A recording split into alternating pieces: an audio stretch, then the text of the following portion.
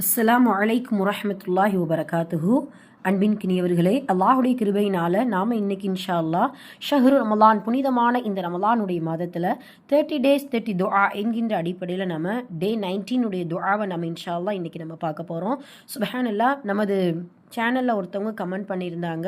அதாவது அவர்களுக்கு கொடுக்கப்பட்ட நிஅமத், அல்லாஹ் அவர்களுக்கு கொடுத்த நன்மையான சில விஷயங்கள், அதாவது ஃபார் எக்ஸாம்பிள் சாலிஹான கணவர், அழகான குழந்தைகள், இப்படி நிறைய நிஅமத்துகளை அல்லாஹ் கொடுத்துருக்கிறான்.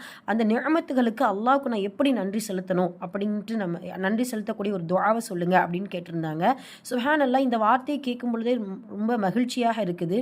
ஏன் அப்படின்னு சொல்லும் பொழுது, அல்லாஹ் நமக்கு நிறைய நிஅமத்துகளை கொடுத்துருக்கான் அப்படின்ட்டு நம்ம புரிஞ்சுக்கிட்டோம் பார்த்தீங்களா, அதை நம்ம பொருந்திக்கிட்டோம் பார்த்தீங்களா, அதுதான் மிகப்பெரிய ஒரு அல்லாஹ்வுக்கு மிகப்பெரிய நன்றி செலுத்தக்கூடிய முதல் தரஜா, முதல் படித்தரமே அதுதான். சுப்ஹானல்லாஹ், அதனால் நம்ம எல்லாருமே அல்லாஹ் கொடுத்த அந்த நிஅமத்தை அனுபவிக்கும் பொழுது, அதை பார்க்கும் பொழுது, முதலில் நம்மளுடைய வாயிலிருந்து வரக்கூடிய முதல் வார்த்தை எப்படி இருக்கணும்? அல்ஹம்துலில்லாஹ் என்கின்ற வார்த்தை முதல்ல நம்ம சொல்லக்கூடியவர்களாக இருக்கணும்.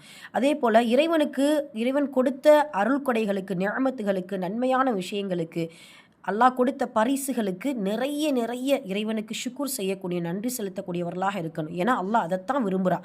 அடியார்களிடத்தில் விரும்பக்கூடிய மிகப்பெரிய ஒன்று அப்படின்னு சொல்லும் பொழுது இந்த ஷுக்குர் செய்யக்கூடிய தன்மையைத்தான். சுப்ஹானல்லாஹ், அப்படியான கோடான கோடி நன்றியை செலுத்தக்கூடிய ஒரு அற்புதமான, ஏன்னா கோடான கோடி என்று சொல்லி எண்ணிக்கையில் அடக்க முடியாத அல்லாஹ்வுக்கு நன்றி செலுத்துவதை, இருந்தாலும் அவ்வளவு நன்றிகளை சொல்லக்கூடிய ஒரு அற்புதமான துஆவை குறித்து தான் நம்ம பார்க்க போகிறோம்.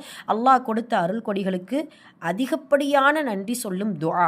சுப்ஹானல்லாஹ், அல்லாஹும்ம லக்கல் ஹம்து கமா யம்பகி லி ஜலாலி வஜ்ஹிக வ லி அதீமி சுல்தானிக. மறுபடியும் பாருங்க, அல்லாஹும்ம லக்கல் ஹம்து கமா யம்பகி லி ஜலாலி வஜ்ஹிக வ லி அதீமி சுல்தானிக. பொருள், யா அல்லாஹ், உன் முகத்தின் கண்ணியத்திற்கும் உனது ஆட்சியின் மகத்துவத்திற்கும் ஏற்றவாறு உனக்கே எல்லா புகழும்.